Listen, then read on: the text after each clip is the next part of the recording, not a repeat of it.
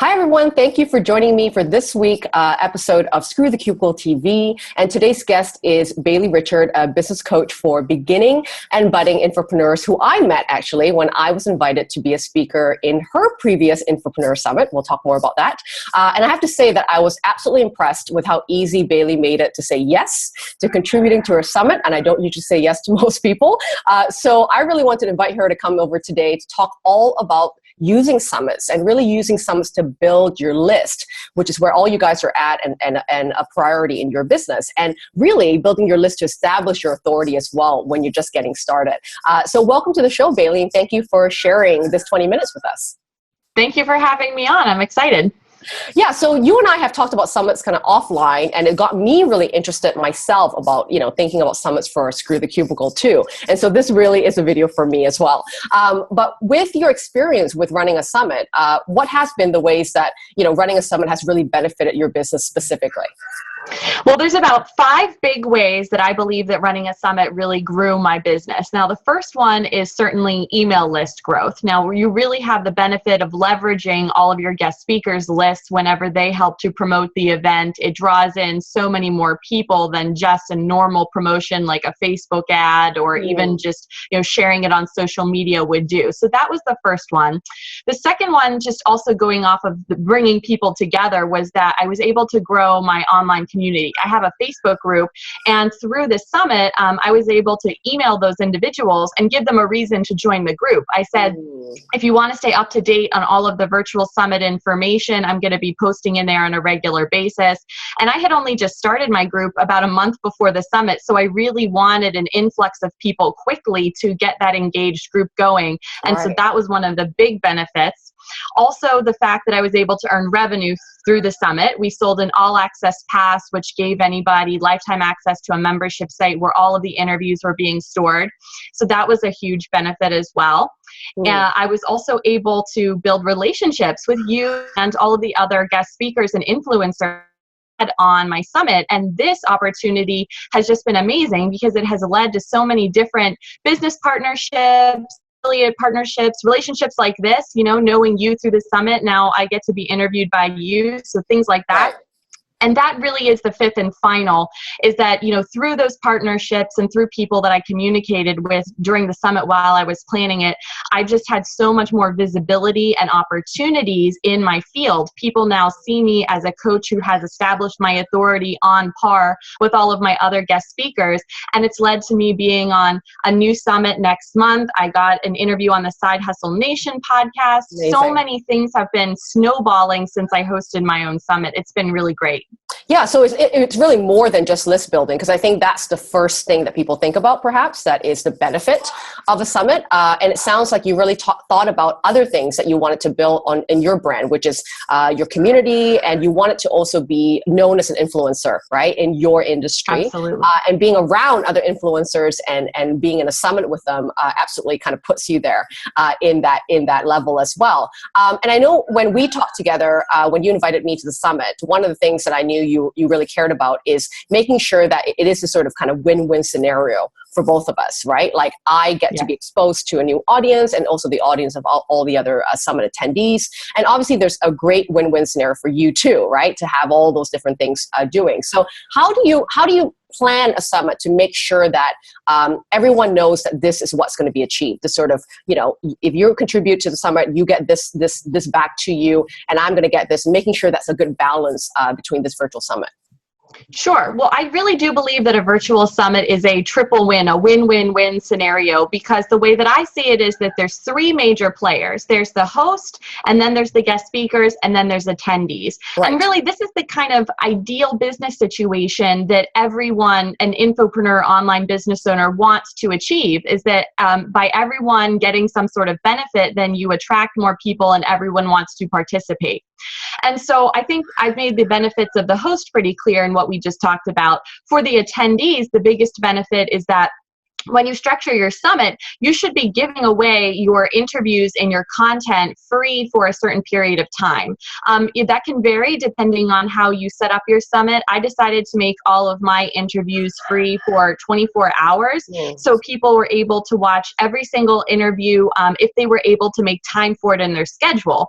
And then if they weren't, if they missed something, that was the incentive to purchase the all access pass. And for the guest speakers, they also benefit greatly as well. I did my best to connect guest speakers with one another if there was anybody that they wanted to meet as well. They were getting exposure to all of the attendees on the summit simply by doing the interview, but as an added bonus, I allowed every single guest speaker to include a lead magnet next to their video where the attendees would actually be able to sign up for their free gift in order that the guest speaker could grow their list as well. Yeah, I love that, because I think even sometimes with influencers or experts that have been around the online world for a while, it might be a while since they've gotten a new batch of audience, right? Sometimes it's like you're just like, I want to reach a new audience, or maybe a younger audience or an older audience, and being a part of a summit is a great way to do that. So what I want to ask you is about this whole, because you mentioned that you did make some revenue, right, from the summit. I'm assuming that it's not kind of the first priority, right? So you mentioned that you give away the videos for free for 24 hours. So that helps you build that list and again, curate that community that you were doing it for as well. And then, there's a secondary part of a possible win of getting revenue. So what would you say is kind of like the biggest things that you get from it? And then is revenue guaranteed? Like, is it, or do you need to do it for revenue, even for a summer?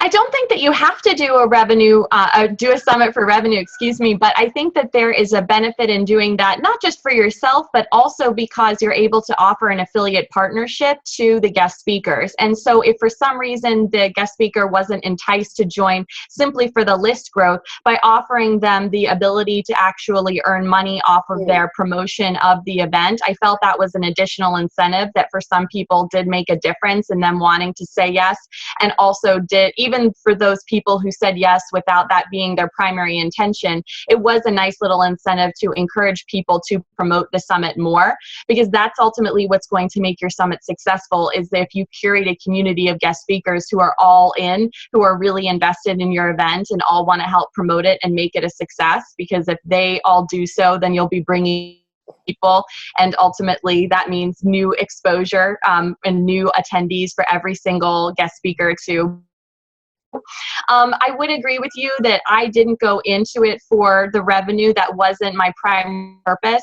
When I planned my first summit, actually, my intention was, I didn't even know what to expect. My expectations, to be honest, were kind of low just because I had never done it before and I really didn't know what was going to happen. Were people going to be perceptive to this idea? Was anyone even going to say yes to me? How is this all going to work? Right. So I went in with low expectations, to be honest. And I was just shocked at how quickly and how well it worked. And that's why now I'm a virtual summit evangelist. Right. Yeah. But I would think that the list growth and the establishing of the authority and the relationships with the influencers, they, in my opinion, far surpass the revenue itself. Yes. Yes, absolutely. And that's why I was saying in the beginning of the video, the way that you organize the summit, because I've been in summits before, and I really liked the way that you were really organized about it. You made it really easy for experts to share the summit. You had very personalized images, for example, for a lot of them to make it very branded in a way to their brand too. So when you think about creating a summit, so when someone goes to a summit like yours, they might kind of feel a bit overwhelmed and like, holy crap, it seems like there's a lot of things to do, right? So I wanted you to kind of give us a bit of advice around like breaking it down for us kind of summit newbies, what the key things are to prepare, right? And to think about when we launch our first summit or are considering launching our first summit. What are the top tips that you can give us today? Sure. Well, I actually distilled my entire summit creation process into 3 phases. And I say that you can launch a summit in 90 days because that's exactly what I did. From the very first moment that I had the idea to launch the summit until the end of its execution was about 3 months. And so each one of those months is a different phase. And in the first phase, we're just obsessed with planning. The second phase is all about creating. And the third phase is promoting and launching. And so when you're planning your summit in the very beginning, I think that this needs a lot more attention than people tend to give it. In order to get guest speakers, you really need to show them that you have your stuff together, which means having the details figured out before you approach them. So knowing exactly what the umbrella topic of your summit is going to be. Knowing exactly who the target audience that you're trying to reach with your summit is. What are you going to call it? When are you going to be hosting this summit? What specific days? And then some of the things that we've already mentioned, how you're going to structure it. How long will the interviews be free? Are influencers allowed to put a lead magnet next to their video? Some of those specifics you will want to effectively communicate to the guest speakers whenever you reach out to them so they know that this is a win-win opportunity. So I would dedicate, a long time. That's why the first whole phase is dedicated to planning before you even get into creating your sales funnel and sales pages and things. Yeah, absolutely. I think because when you approach an influencer, I mean, they're busy. They probably have opportunities all the time about being involved in, and they want to make sure that this feels easy, right? Like easy to say yes to. And I think you're right. Like having it organized, even knowing in a way, I think when you approached me, you mentioned or you suggested an idea or a topic. Right? That was about something that I was already talking about, which is great because that meant you actually went to my site, you found out a bit more about me, and you understood where I fit in the summit, which is kind of a good ego boost in a way for the expert to be like, right, okay, yes, that is what I'm good at, and you've taken notice. So you obviously did a great job in approaching, I mean, tons of great people that were the pros really in the online business world. These were people that in a way have been doing it for years. So a lot of people really feel shy about this or uneasy really approaching people that are really established, right, in their industry, or they consider famous to be part of your summit. So how would you advise people around this sort of connection and approach and the building of this relationship with the experts? Sure. Well, I actually have a lot of tips on this because I feel that so many people do it incorrectly. And I know because I've been victim to this as well. The first thing I would recommend is that you need to seriously consider the people that you're reaching out to and not trying to go too high. I'm not trying to discourage you, but let's say you're in the online marketing industry. You don't need to reach out to Tim Ferriss or Seth Godin, to be on your summit in order for it to be successful. I think there's this big misconception that if you don't have these people that have 1 million email followers or social media followers, then you won't have a successful summit. So I just want to debunk that myth and say, you can still have a successful summit if you have like mid-level influencers or slightly above that. And I think that a really great way to approach these people is, first of all, you do what you can to prime the relationship, meaning connect with them on social media. Make sure you're signing up for their email newsletter. Make sure you are reading their blogs and you know what it is that they teach. And so you're not just going into the conversation blind. Then I would recommend that you always communicate over email. Don't send them a Twitter direct message. Don't tag them on a Facebook comment. Yes, no. Yeah. Make it sincere, do it in private so that they have the opportunity to address you via email in private. Right. And when you're approaching them, flattery is important. You want to make sure that, that the influencer knows that you are following their work. But like we've been touching upon, you also have to present it as a collaborative opportunity and express the ways that they are going to benefit from participating. Because if you make it sound like the influencer is doing you a favor, they might be a really nice person, but there's very little incentive for them to give of their time and to say yes if they're not also going to get something out of it. So those are my key points. Yeah, so it's almost to behave like an expert, when you're doing the summit. Even if it's your first year doing business online or anything like that, you do know something. That's why you've taken on this role in this business or the business you've created. So act like a leader, right? Be approaching other leaders by being a leader yourself. And there's no such thing as kind of you're better than me. And I'm just, I hope you can come to my summit, because that sort of attitude is kind of, I wouldn't be drawn to that. I'll be like, oh, I'm just helping them out. And it's going to feel like work. Exactly. Yeah. Position yourself as an equal, as a colleague, that you're putting this event to create a community of people and we're going to succeed. That's going to win you over more than the please, please, please, will you be on my summit? Not the right way to approach people. 100%, 100%. So for people who are thinking about doing summits, I know the one question they have, is about the tech issues, right? So a lot of people are not techie. I mean, they have online businesses. They might have a web designer doing stuff for them, but the idea of controlling the summit through a technical bit scares them. So is there what has your experience been? Do you have to be an advanced person to know a lot of tech stuff online to do this, or can a newbie tackle this as well? You absolutely do not have to be a tech expert to be able to do a summit. And what I consistently tell people is that if you have ever done an online course before or thought about doing an online course, a lot of the technology is the same. You're going to need a webcam and a microphone to record the interviews. You're going to need to be able to set up landing pages and take payments. I mean, those are some of just the fundamental things that you would need for an online course, right? Well, a virtual summit uses a lot of the same technology.